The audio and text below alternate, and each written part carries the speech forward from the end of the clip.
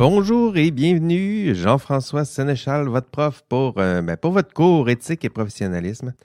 Comment ça va les amis, les étudiantes? Comment allez-vous? Est-ce que vous vous êtes ennuyé de votre prof? Ben, j'espère que oui, parce que moi, je me suis ennuyé.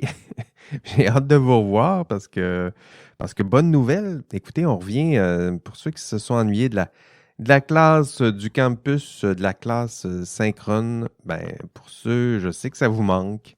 Puis, ben, bonne nouvelle. Ben, on va retourner en classe cette semaine. Donc, demain, ben, pour moi, j'enregistre lundi ce podcast. Donc, demain, mardi, la récréation est terminée.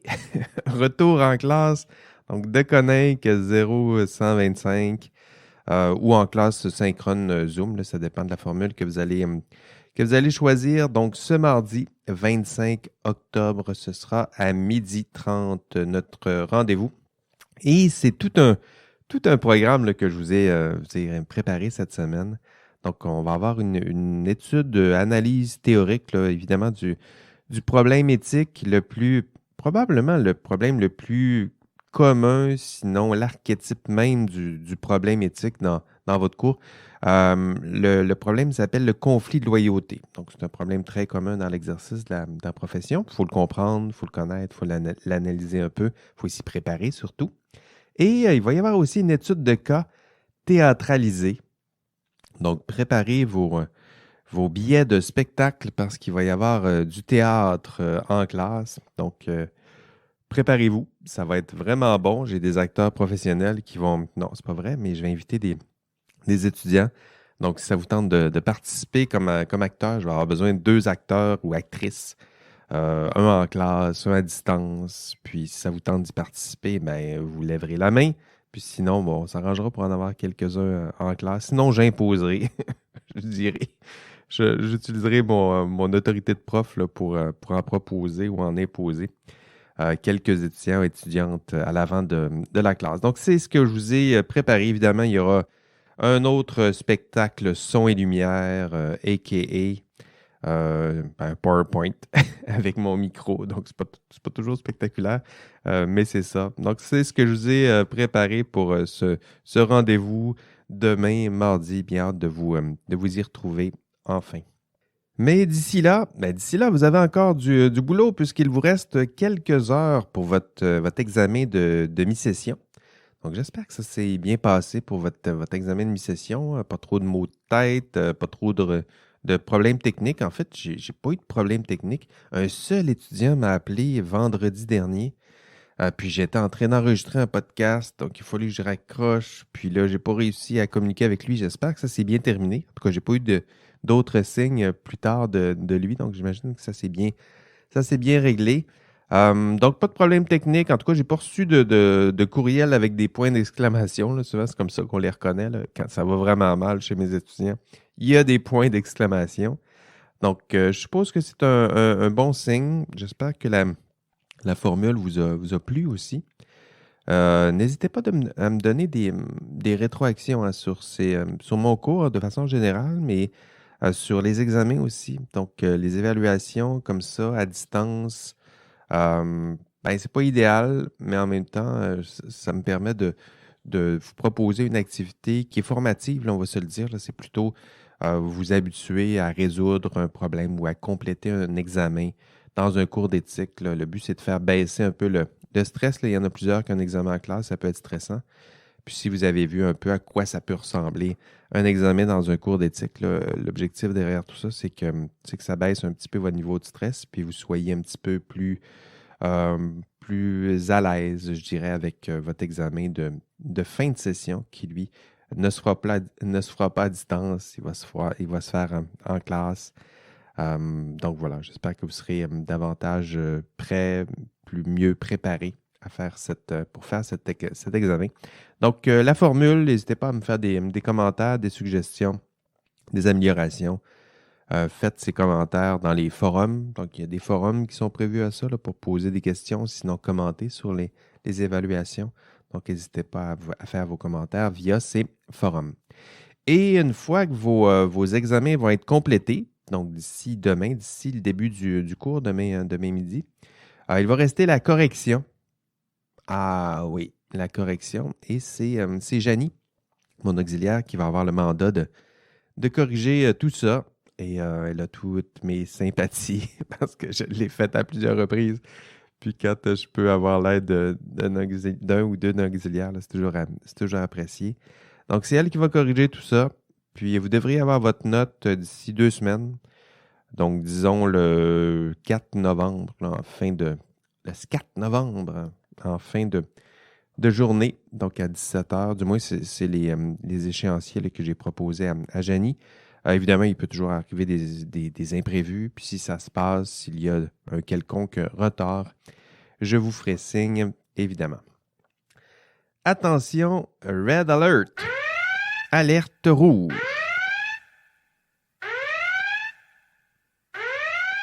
Votre TP2, il est dû le 27 novembre à 23h59.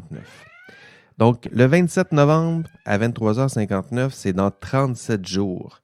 Et vous vous dites, 37 jours, j'ai amplement le temps de faire ce TP2.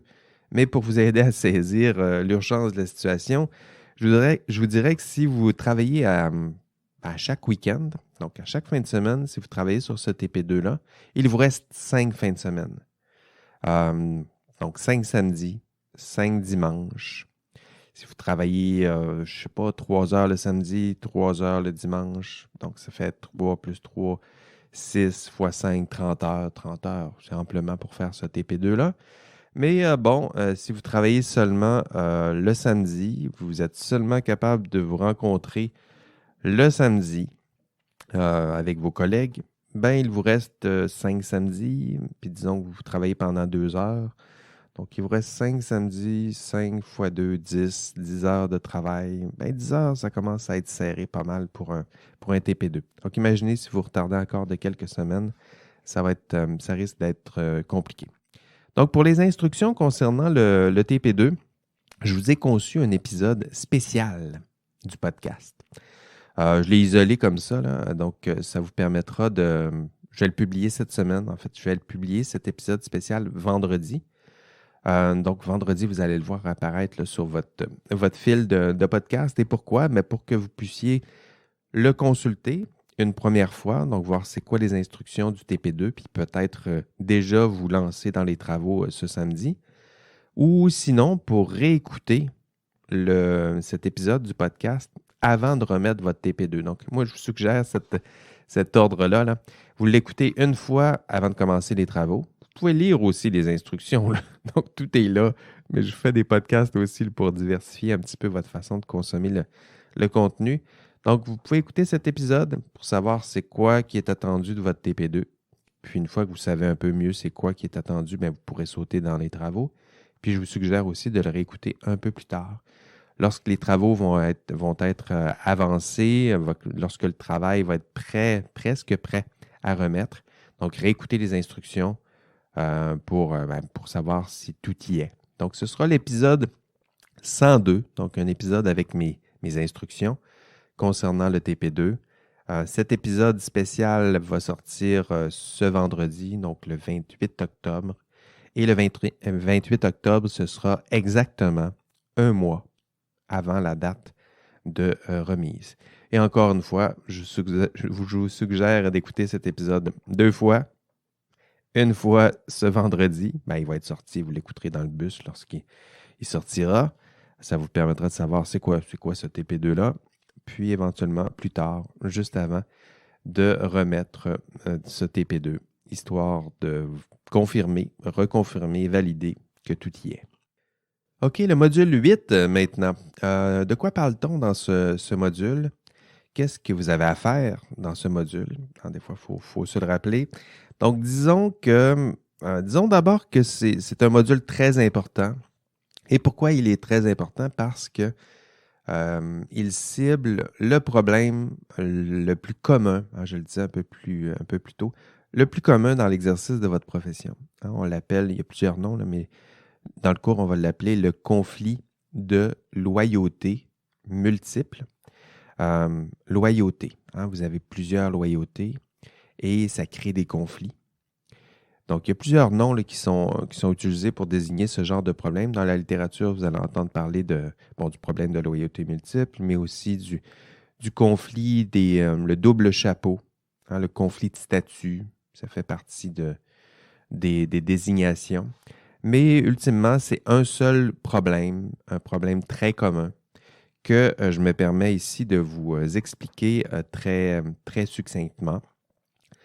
C'est le problème central dans l'exercice de la profession, archétypal parce qu'il représente bien la difficulté d'exercice du statut de professionnel. Et la question au centre de ce problème est la suivante. Est-il possible de concilier l'état de subordination, je lis ici là, parce que j'ai la question devant moi, est-il possible de concilier l'état de subordination qui sera la vôtre bientôt, hein, vous serez des subordonnés, donc des employés. Est-ce que c'est possible de concilier ce statut? Comment le concilier, ce statut d'employé, avec votre statut de professionnel, hein, qui lui exige autonomie dans l'exercice du jugement, puis allégeance, loyauté envers votre ordre professionnel. Donc, serez-vous capable d'exercer justement ce jugement professionnel, libre et autonome, et cela malgré votre statut d'employé et salarié? Je pense que c'est là le cœur du problème.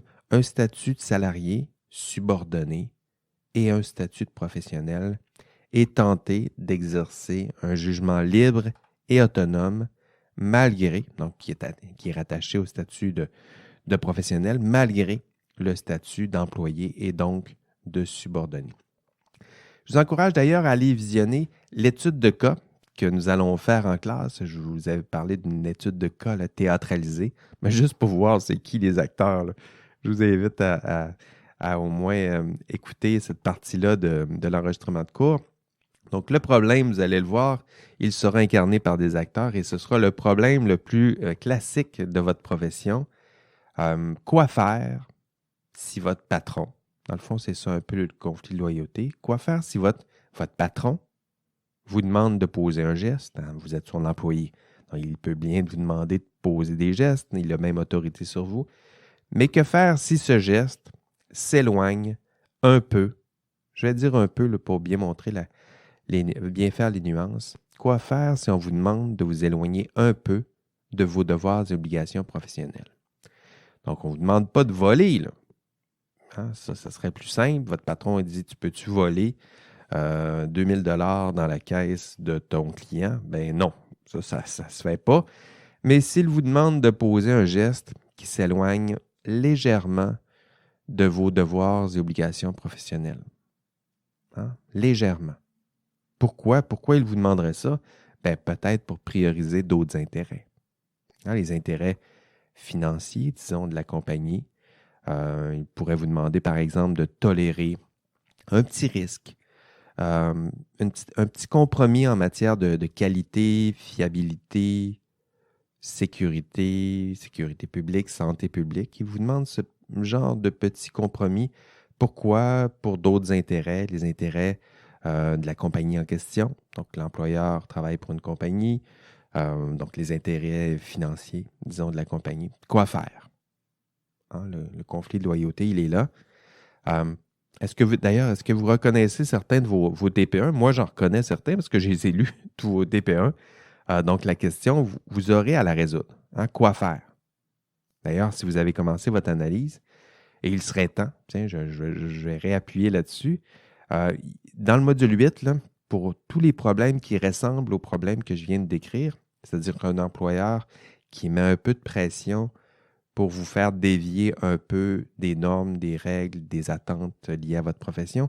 Dans le module 8, vous allez trouver plusieurs pistes de réflexion. Non seulement des pistes de réflexion pertinentes, mais des pistes d'analyse pertinentes et des pistes d'aide à votre prise de décision. Donc, pour vous, le module 8, il sera fort pertinent. Il est ouvert maintenant. Vous pouvez commencer votre analyse. Et s'il y a un employeur comme ça qui met un peu de pression, là, il y aura dans ce module plusieurs pistes de réflexion et de solutions pour vous. Donc, le go, Georges A. Legault vous le disait plutôt dans la grille. Si vous avez un TP1 qui ressemble à ça, vous devez cerner le problème. Et un problème de conflit multiple, je le disais un peu plus tôt, ça se conçoit autour d'une tension, une tension entre deux parties prenantes, deux principaux acteurs et actrices, si vous préférez. D'une part, vous avez un contrat de travail, donc vous devez allégeance à votre employeur. Votre loyauté va d'abord envers votre employeur. Et cette promesse, ce n'est pas une promesse dans les airs, là. Ça s'appuie sur la loi. Donc, le Code civil, là, votre contrat de travail, là, c'est encadré via les lois sur les contrats. Donc, le contrat de travail, ça fait partie aussi du Code civil. Donc, il y a des lois, là. Hein? Donc, un contrat, ça fait partie des lois. Des fois, il y en a qui l'oublient là, lorsqu'on fait l'analyse normative. Mais un contrat, ce n'est pas seulement un morceau de papier, c'est une loi. C'est la loi qui régit les rapports entre les deux signataires du contrat. C'est comme si vous décidiez, un contrat, c'est un peu ça, là. On va se donner des lois, on va les écrire sur cette feuille de papier, puis en bas, on signe toutes les deux, puis ça, c'est les lois. Donc, ces lois ne peuvent pas contredire des lois existantes dans la société, mais ça fait quand même partie des petites lois qu'on peut se donner pour régir les rapports. Et un contrat de travail, c'est ça. C'est les lois entre les deux parties, votre employeur et vous, parce que vous avez signé en bas du contrat. Et dans ce contrat, vous avez promis allégeance à votre employeur. Hein, vous avez co-signé un contrat et moyennant un salaire. En échange d'un salaire, je signe ici, c'est un peu ça le contrat de travail, là, je signe ici et si on me donne un salaire, j'accepte de me soumettre à l'autorité du patron. Donc, ça, c'est la première partie de la tension.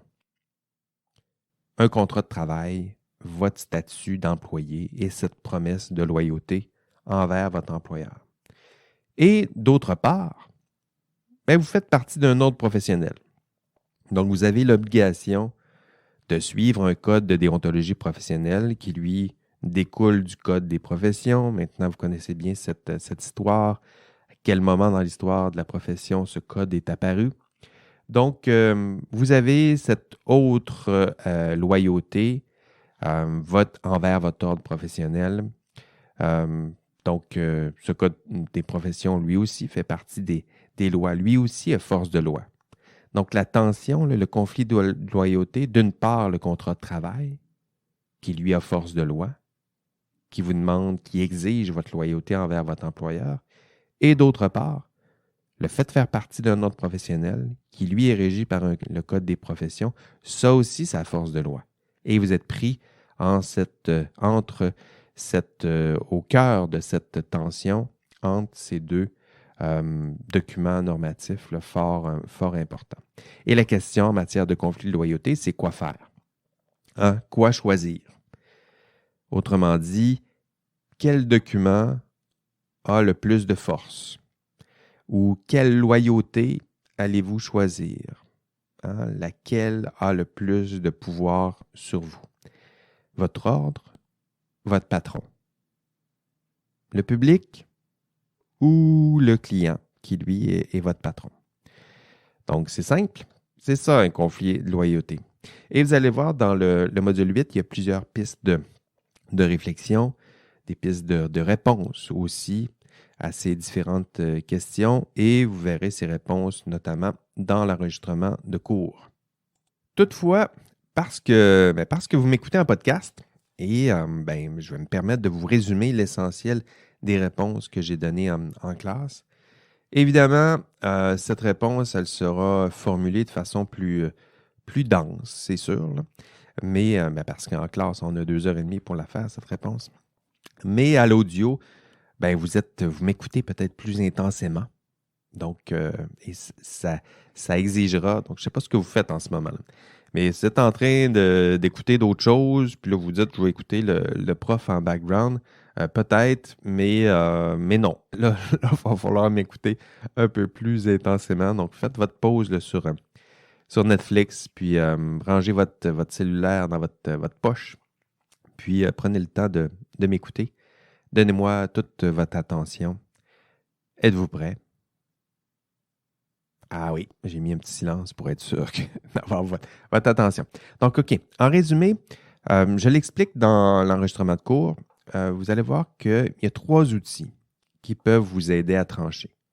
Lorsque vous hésitez entre l'autorité patronale ou votre loyauté envers votre employeur ou votre loyauté envers votre ordre professionnel, lorsque vous êtes dans ce type de tension, il y a plusieurs pistes de réponse et je vais vous donner une réponse dense pour vous aider à vous guider lorsque vous avez ce genre d'hésitation.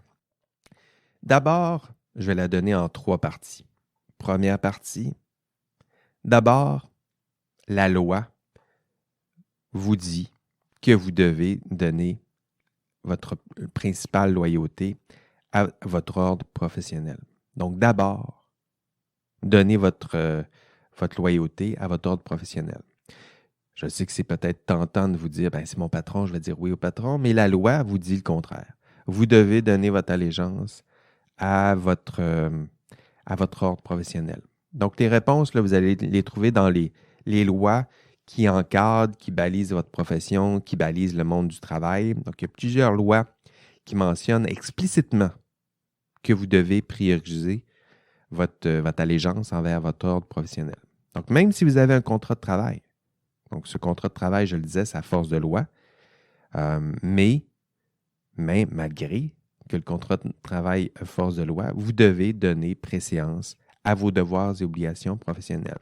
Donc, dans le Code des professions, je le disais, le Code des professions est en opposition au contrat de travail, mais dans le Code des professions, on mentionne explicitement ce genre de tension. C'est-à-dire qu'on vous dit, si vous devez choisir entre votre contrat de travail et votre allégeance à votre ordre professionnel, vous devez donner votre allégeance en priorité à votre ordre professionnel. Donc ça, c'est la première raison. Vous hésitez, peut-être, mais la loi vous dit, non, tu dois choisir la loyauté envers ton ordre professionnel. Deuxièmement, donc deuxième raison, pourquoi vous devriez choisir votre loyauté envers votre ordre professionnel, la jurisprudence vous le dit aussi. Donc, la loi vous le dit, mais la jurisprudence vous le dit aussi. Et une jurisprudence, c'est quoi? Je sais qu'il y a des étudiants, des fois, qui me posent cette question-là en classe. Une jurisprudence, c'est simplement un jugement. Un jugement devant les cours, devant les tribunaux. Puis, devant les tribunaux, les juges vont rendre des jugements et les juges vous parlent.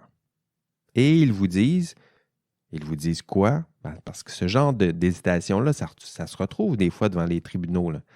Un professionnel qui hésite, puis là, qui ne sait pas quoi choisir entre son employeur, puis son autre professionnel, puis il décide de choisir son employeur. Puis ça amène à des problèmes, puis éventuellement, il se retrouve devant les tribunaux. Et le juge, lorsqu'il a ce genre de problème devant lui, lorsqu'il rend son jugement, il vous parle. Et ce qu'il vous dit, c'est la même chose. C'est-à-dire qu'il vous dit, mon cher professionnel, tu as un code de déontologie professionnelle, puis tu devrais donner priorité à tes devoirs et obligations envers ton ordre professionnel, envers tes pairs qui exercent la même profession. Donc, que devrait faire un professionnel, nous dit n'importe quel juge, les jurisprudences. Vous ne trouverez pas de jurisprudence où on dit le contraire. Donc, typiquement, lorsque ça se retrouve devant les tribunaux, le juge en question vous dit, vous devriez donner, ou vous auriez dû donner priorité ou allégeance à votre ordre professionnel. Vous devez être loyal envers vos devoirs et obligations professionnelles. Vous ne pouvez pas vous éloigner de vos devoirs professionnels en prétendant que c'est parce que votre employeur vous l'a demandé. Donc, ça, ce n'est pas une défense reçue et recevable devant les tribunaux. Le juge va vous le rappeler. Peu importe ce que ton employeur te demande, s'il te demande de t'éloigner de tes devoirs et obligations professionnelles, tu dois donner priorité à tes devoirs et obligations professionnelles. Donc, la loi vous dit de faire ça, de suivre, de donner votre loyauté à votre ordre professionnel. Et 2, la jurisprudence vous dit aussi la même chose. Vous devez donner votre loyauté ou prioriser vos devoirs et obligations professionnelles. Et 3, donc troisièmement, la doctrine. Donc la doctrine, c'est quoi? Ben, ce sont tous les textes experts là, de juristes là, universitaires qui justement analysent la loi puis la jurisprudence. Lorsque ces derniers analysent la loi, essaient de voir qu'est-ce qui se cache entre les lignes, puis c'était quoi l'esprit de la loi.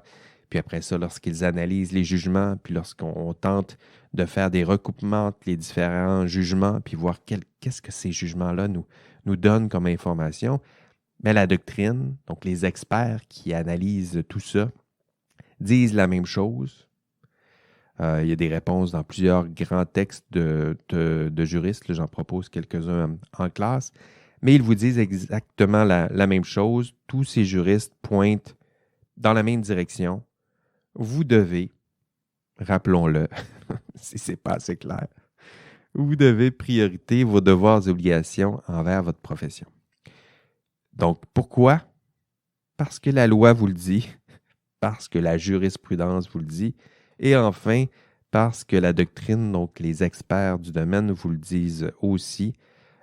Typiquement, dans un conflit de loyauté, la loyauté à prioriser, c'est celle envers votre ordre professionnel. Ce problème de loyauté de multiples, il est central dans l'exercice de votre profession. Puis je dirais, il ajoute le problème aujourd'hui, je dirais, c'est parce que même si la loi, la jurisprudence, la doctrine pointent, je le disais plus tôt, dans la direction, pointent tous dans la même direction, c'est-à-dire votre allégeance envers votre ordre professionnel. Donc, même si tout ce bagage-là, le juridique, pointe dans cette direction, la réalité, la vôtre, ben, elle est beaucoup plus fragile. En fait, et ce n'est pas la première fois là, que je le dis dans ce cours, et ce n'est pas la dernière non plus, c'est votre identité professionnelle, elle s'affaiblit, elle s'effrite. Et cette identité professionnelle, c'est justement elle qui devrait faire en sorte que vous décidiez de privilégier votre ordre professionnel. Lorsqu'on dit l'identité professionnelle se fragilise, c'est aussi cette décision-là. La décision de dire non, moi je vais prioriser mon ordre professionnel. Ce genre de décision-là, ça aussi, ça tend à s'affaiblir lorsque vous avez un conflit de loyauté. Lorsque je dis votre identité professionnelle s'effrite, voire s'efface, c'est ce que je veux dire. Et cela dès les premières années de travail, dès que vous allez avoir un employeur. Dans le rapport Bégin, que vous avez sûrement lu, là, donc Bégin, Rondeau, Marchand, là, je l'ai donné en lecture. Vous savez, le rapport sur l'effondrement du viaduc de la Concorde. Vous l'avez évidemment lu au module 7. Donc, dans ce rapport, on rappelle à quel point votre identité professionnelle s'effrite. S'effrite peut-être plus vite que le viaduc en question. Donc, c'est peut-être ça le problème. C'est peut-être ça là, qui s'effrite plus vite que prévu et qui risque de s'effondrer. Je pense que c'est ça qui est intéressant dans le rapport. D'ailleurs, j'ai l'extrait ici. Et là, je cite le rapport. On a ainsi constaté qu'après 1 an dans leur premier emploi, les jeunes professionnels, c'est vous ça, après 1 an, les jeunes professionnels restent conscients de leurs devoirs envers leurs clients. Ici, vous entendez le patron. Là. Ils restent conscients de leurs devoirs envers leurs clients, mais ils ne mentionnent plus leurs devoirs envers la société. 1 an. 1 an. C'est tout le temps que ça vous prendra pour mettre de côté votre identité professionnelle. Quand je disais que ça s'effrite, là, c'est un peu ça aussi. 1 an, c'est tout ce que ça vous prendra. C'est tout le temps que ça vous prendra pour oublier l'existence même d'un conflit de loyauté. C'est pour ça que je vous l'enseigne en ce moment, pour essayer de faire en sorte que ça dure. Et vous allez peut-être le saisir d'ici la fin de ce podcast, dans ce cours et à la fin de ce cours. Mais ce qu'on voit, c'est que ce conflit de loyauté-là, vous risquez d'oublier l'existence même de ce conflit de loyauté dans l'exercice de la profession. En effet, ce que ça prend pour bien reconnaître un conflit de loyauté et résoudre éventuellement le conflit de loyauté, mais d'abord, il faut le reconnaître, là, l'existence de ce conflit-là. Ça vous prend la capacité de reconnaître deux identités. Ben oui, c'est un conflit de loyauté, il y a deux identités, j'en parlais un peu plus tôt. Il faut être capable de reconnaître ces deux identités. Donc, reconnaître la première identité. Donc, vous êtes un employé, vous travaillez pour une compagnie, vous l'adorez, vous l'avez choisie, il vous paye bien, elle a de belles valeurs, vous partagez ses valeurs, des objectifs impressionnants. Vous faites ça, là. Donc, vous travaillez depuis 1 an, puis les objectifs de la compagnie, là, ça rime parfaitement avec les vôtres, avec vos valeurs, puis ce qu'on appelle l'identité corporative ou l'identité de travail, c'est la première, là. Donc ça, vous êtes bon et vous allez être bon tout au long de votre carrière pour reconnaître cette identité. Elle peut changer lorsqu'on change d'employeur, par exemple, mais celle-là, vous avez de la facilité à la reconnaître. Et la deuxième identité, bien, vous êtes un professionnel. Je vous le dis depuis le début du cours. Vous faites partie d'un ordre professionnel. Bien, pas encore, mais ça s'en vient. Cet ordre a ses valeurs, ses propres visées, et vous vous êtes engagé à défendre ses valeurs, ses visées, à être loyal envers votre ordre professionnel. Vous allez faire une promesse bientôt, vous allez avoir une petite bague pour certains. Donc, identité professionnelle, ça, c'est la seconde. Deux identités, deux rôles, employé et professionnel. Et deux documents normatifs, là, j'en parlais un peu plus tôt, contrat de travail et code des professions. Et un des problèmes modernes, je dirais, dans l'exercice de la profession, c'est de choisir entre les deux. Le conflit de loyauté, choisir entre les deux. Et dans ce module 8, vous comprendrez que vous avez compris que vous devez choisir le premier. Donc, prioriser vos devoirs et obligations envers la profession. Et sociologiquement, par contre, ce qu'on voit sur le terrain, des fois, c'est intéressant de voir le contraste là, entre ce qu'on souhaite, ce qui est idéalisé, ce qui est tranquillement là, incrusté, ce qui s'incruste dans les lois, les normes, les règles, et sociologiquement, ce qu'on constate sur le terrain, c'est pas exactement ça. Ce qu'on constate sur le terrain, c'est le contraire. C'est l'effritement, sinon la disparition de votre identité professionnelle. Et cela, après seulement quelques années de travail. Donc, soyons optimistes, là, disons que ça vous prend 2-3 ans là, avant d'oublier votre identité professionnelle, puis avant que votre identité corporative prenne toute la place, là. Donc, vous l'avez compris, tranquillement, au fur et à mesure que vous ouvrez les modules de ce cours souhaite faire, du moins c'est mon intention, là, faire grandir votre identité professionnelle, vous donner des connaissances, mais en même temps que vous compreniez mieux c'est quoi la profession, donc faire grandir votre identité professionnelle. Puis je m'y prends de plusieurs façons, là, en vous reconnectant avec votre histoire, donc l'histoire de vos prédécesseurs, avec les valeurs sous-jacentes à l'exercice de votre profession, avec les problèmes, les enjeux associés à ce rôle. Donc tout ça, là, ce que je tente de faire, c'est faire grandir cette identité professionnelle. Or, ben, ça va mal après, là. C'est-à-dire que votre identité professionnelle sera à son maximum, peut-être à votre sortie de l'examen, le FI 3900, là, dans quelques semaines. Elle va s'effriter après ça, là. Donc, c'est vous dire combien elle sera pas très forte, là, c'est-à-dire qu'elle va être à son maximum lors de votre sortie du cours FI 3900. Et peut-être légèrement accru encore, là, peut-être j'en parlais un peu plus tôt, lors de la cérémonie du jonc des ingénieurs, par exemple. Selon votre sensibilité à ce type de cérémonie, là, peut-être qu'elle grandira encore, mais ce sera tout. Le constat sociologique, là, c'est plus pessimiste, c'est-à-dire que dès les premières années de travail, cette identité professionnelle, risque de s'effriter. Et le problème, il est important. J'espère que vous le comprenez bien, là. La loi, la jurisprudence, la doctrine vous dit priorisez vos devoirs et obligations professionnelles.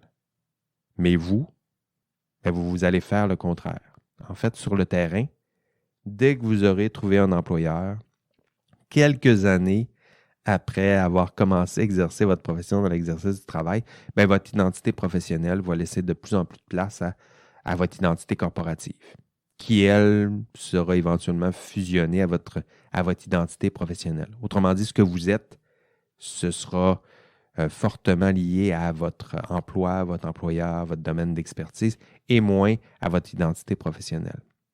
Et cette disparition progressive de votre identité professionnelle nuira à votre compétence à reconnaître un conflit de loyauté.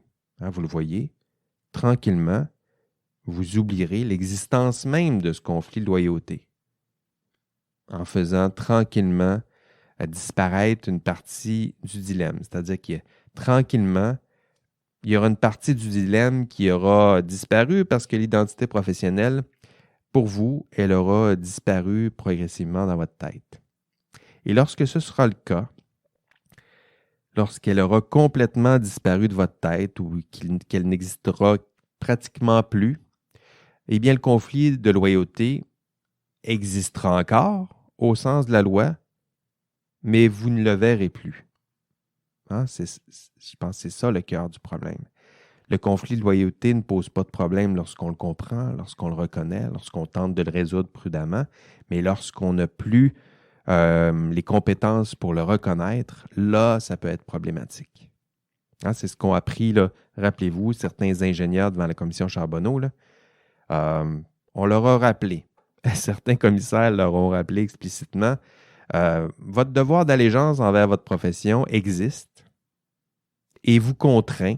Donc, vous avez le devoir de suivre ces devoirs et obligations-là, même lorsque vous avez oublié l'existence de tout ça. Identité professionnelle et conflit d'identité, de rôle, de loyauté, identité professionnelle. Que restera-t-il de cette identité professionnelle dans quelques années après ce cours? Voilà, des thèmes qui seront abordés au module 8. Ce sera tout d'ailleurs pour ce module 8. En fait, ce sera tout pour ce podcast. Je vous ai prévu un petit podcast cette semaine, résumer un peu le contenu du module 8. Mais sinon, on se revoit en classe Zoom. Donc, ce sera demain mardi à 12h30. Sinon, au prochain cours, donc au prochain module, je vous rappelle que le mardi suivant, donc le 1er novembre, donc pas cette semaine, l'autre, il n'y aura pas de cours parce que ce sera la semaine de lecture. Donc, lecture, profitez-en pour lire, pourquoi pas.